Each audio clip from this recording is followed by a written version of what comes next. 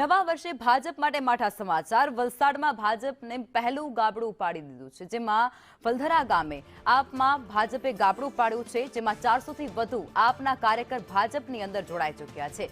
સાંસદ ધવલ પટેલની આગેવાનીની અંદર તે લોકો ભાજપની અંદર જોડાયા છે। સાંસદ ધવલ પટેલના આપ પર આકરા પ્રહાર। ચેતર વસાવા આદિવાસીઓને ગેરમાર્ગે દોરતા હોવાના આક્ષેપો કર્યા છે। કુળદેવી દેવ મોગરા માતાનું ચેતરે અપમાન પણ કર્યું છે। આદિવાસી સમાજ જે આપથી નારાજ છે અને આપના કાર્યકરો એ ભાજપમાં જોડાયા છે તેવું ધવલ પટેલ દ્વારા કહેવામાં આવ્યું છે। નવા વર્ષની અંદર ભાજપની અંદર જોડાણ થયું છે। આપમાંથી તૂટી ભાજપમાં આગેવાન જોડાયા।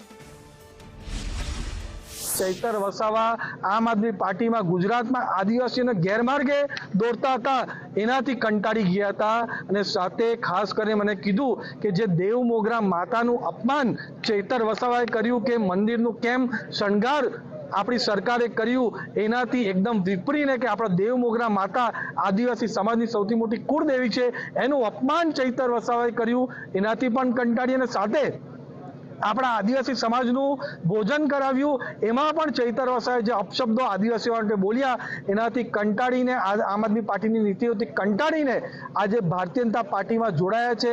આમ આદમી પાર્ટીમાં 400 કરતાં પણ વધારે લોકો અમારા આ ગામોમાંથી આમ આદમી પાર્ટીનો છેડો છોડીને અહીંયા ભારતીય જનતા પાર્ટી સાથે જોડાયા છે। જે સરકાર જે ચલાવે છે કે મોદી સાહેબનું જે વિઝન છે એમની સામે આમ આદમી પાર્ટીનું એક જ વિઝન હતું કે મોદી સાહેબનો વિરોધ, ભારતીય જનતા પાર્ટીનો વિરોધ। પરંતુ છેલ્લા જ્યારથી ધવલભાઈ MP બન્યા છે ત્યાંથી કોન્સ્ટન્ટ હું જોઉં છું કે એક ભારતીય જનતા પાર્ટીની અંદર ખાસ કરીને વલસાડની અંદર એક નવો ઉર્જા અને ઉત્સાહ જોવા મળી રહ્યો છે કે જે વલસાડનું નામ લોકસભામાં માંડ ક્યારેક ગુંજતું જોવા મળતું હતું, આજે હર હંમેશ ધવલભાઈ આપણું વલસાડનું નામ ત્યાં રોશન કરી રહ્યા છે।